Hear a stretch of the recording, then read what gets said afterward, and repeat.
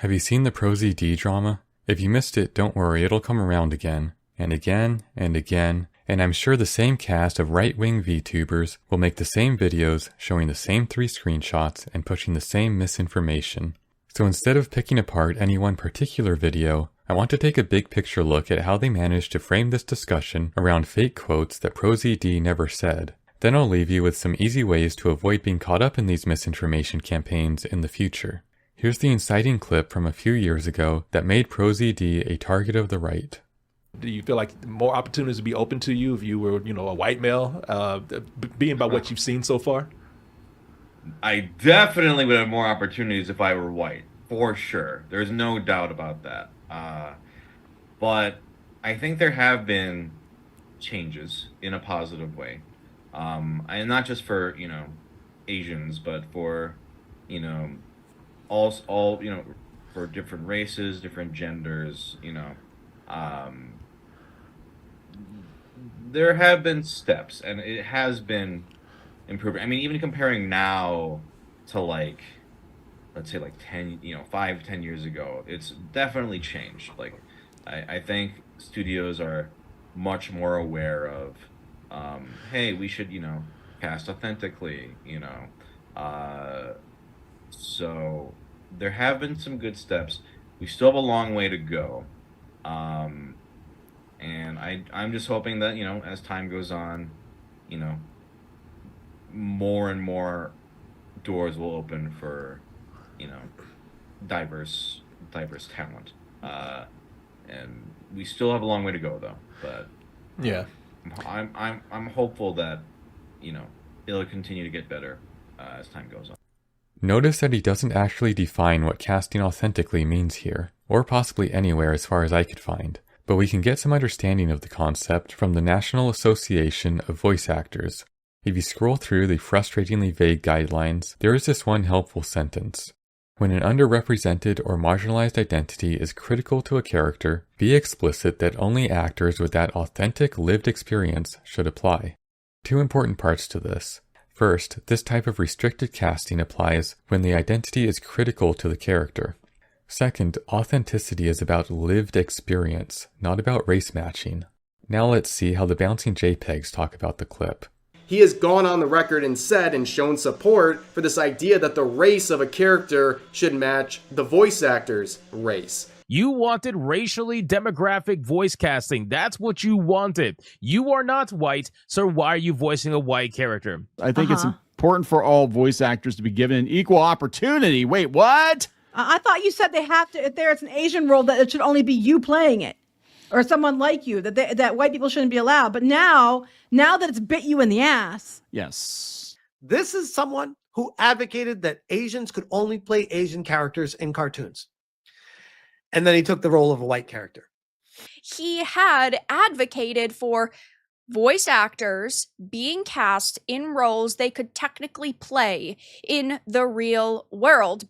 This is the most pervasive bit of misinformation going around. I showed you the original interview that these people are referencing. ProZD did not say actors need to match the race of the character, but this false claim is the basis for calling ProZD a hypocrite. Now, it's possible that ProZD advocated for race matching somewhere else. His Twitter account is deactivated, but I didn't see anything looking through what I could find of his archived tweets, which I guarantee is more research than any of these people put into their commentary. But also, I'm not the one making the claim, so it's really not my responsibility to find evidence for it. And if you want to see the extent of the laziness that goes into those videos, here's some more clips. For me to explain to you exactly why it's fucking funny as shit that this dude is getting cooked, okay, is because this dude has quotes like, to cast authentically, he's a voice actor, means to hire actors who resemble or relate to the characters they are playing. Oh yes, his infamous statement that to cast authentically means to hire actors who resemble or relate to the characters they are playing. He basically in the past had said you need to look the part. To cast authentically means to hire actors who resemble or relate to the characters they are playing. I'm going to show you a sample of an interview that ProZD took only a couple months ago.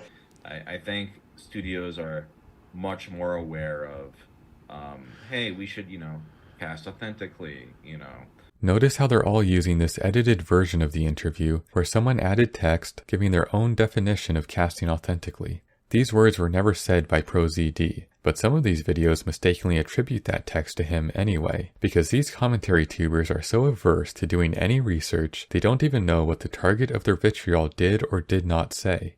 And that's the generous interpretation of what's happening here. Realize using this alternative definition is the only way to justify calling ProZD a hypocrite, because the industry definition does not race lock voice actors.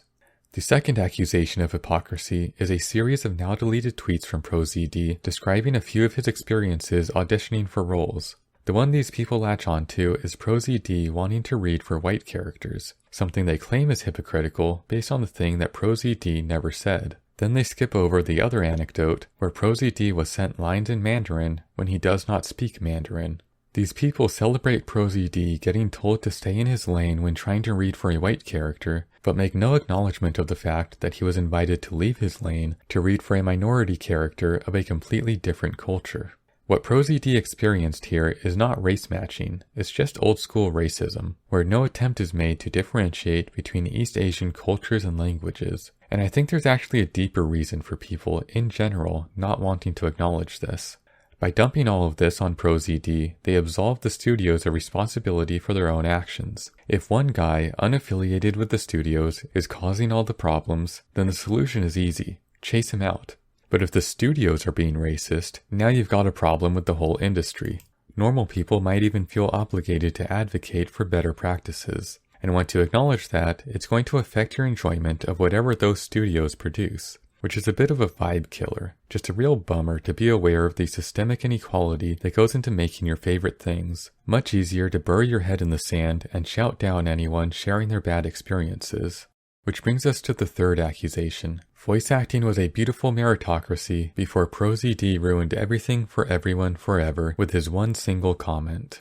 Like, this is insane, bro. This is crazy. If you're a good voice actor, you get roles. If you're not a good voice actor, you don't get roles. I don't know why diversity has anything to do with it. Anyway. And it's such a disservice to the art of voice acting, which in the entertainment industry is the most naturally and organically inclusive realms that exist, because at the end of the day, it doesn't matter what the color of your skin is, what your appearance is as a voice actor. What matters is your voice. Back in the 80s, we had black folks playing white folks, Asian folks, whatever. It didn't matter as long as the voice fit the character, right? Yeah, I mean, we always had like people who were casting for voice actors who just listen to the voice. They wouldn't even look at people a lot of times because they were trying to find the right voice for the character.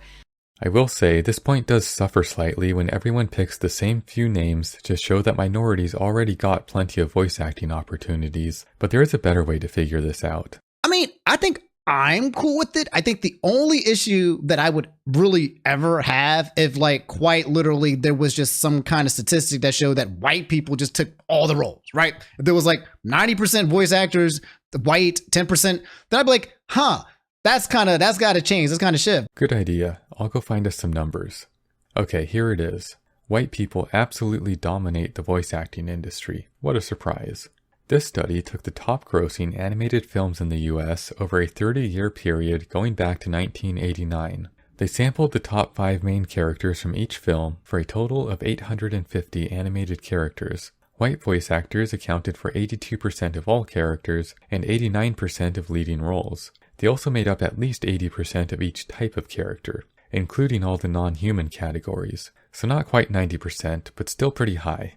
And just as a preemptive note, white people did make up 80% of the US population back in 1989, but that number has dropped steadily and dramatically since then, while the number of animated films each year has gone up over time, which means the sampling in this study is actually skewed toward recent years, making whites massively overrepresented here no matter how you look at it. Not very indicative of a meritocracy. There's a well-known quote in the business world that goes, "It's not what you know, it's who you know." In other words, you could be the most talented or skilled or knowledgeable person in your field, but if you can't get seen by the right people, you're not going to get the jobs you deserve. Because we do not have a meritocracy, and everyone knows it. But some people are highly invested either ideologically or financially in pretending otherwise. If you watch enough of these right-wing performative meltdowns, and I pray you don't, you'll notice that meritocracy is only invoked when white people are happy with the way things are. But as soon as white people feel left out, suddenly they're very interested in lecturing us about how they oppose all forms of racism. If the anime brigade was actually interested in having a meritocracy in the voice acting industry, the way to go about that would be for studios to first audition voice actors for a set of character traits, then decide the character's physical features. You know, I think someone already described a system like that, I just can't remember who. Huh, interesting. Sides now are like open ethnicity. For like, okay, we're not going to establish the race of the character. Like anyone can read for it. And that's, I think, great. I would love to see it more going that way. Alright, it was ProZD. I wonder why that interview clip didn't make it into any of those other videos. Weird. The final accusation against ProZD is that he personally has caused other voice actors to be denied opportunities. I don't have a screenshot for this one because nobody else showed one and I couldn't find anything to support this. Aside from just being an outrageous claim about the guy's level of influence, I would need to see comments from ProZD advocating either for or against a specific person getting a specific role based entirely on their race. Or I would need to see a statement from a studio citing ProZD as the reason for denying someone a role. Let me know if you find either of those. These weird people will bring up ProZD's comments about the Wendy Lee recasting, but this comment was made after the casting decision had been finalized.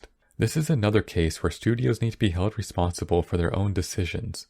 Also, those Wendy Lee tweets really were yikes. He's not even wrong about that. So that's the entirety of the drama, not a whole lot to it. If you see any videos about this that are longer than 8 minutes, it's because the person is either reading out Twitter comments or they're just nodding along to someone else's video. There really isn't much to relitigate, but I'm sure this will keep happening every time ProZD gets another acting role. So what can we learn from this? The single most important thing I want you all to take away is, if someone tells you this person said whatever, but they won't show you the actual quote, then they're probably lying. And anything that follows from that claim should be ignored until the person provides the exact words that were said. This applies to so many discussions I've seen across social media. Entire debates are had over something someone didn't actually say. If the accuser can't provide evidence of their claim, then any discussion about it is just legitimizing the misinformation. That's how stuff like this gets spread outside of these ideological circle jerks. The second lesson here is, internet drama is dumb and you're better off not even knowing about it. I'm still working on that myself.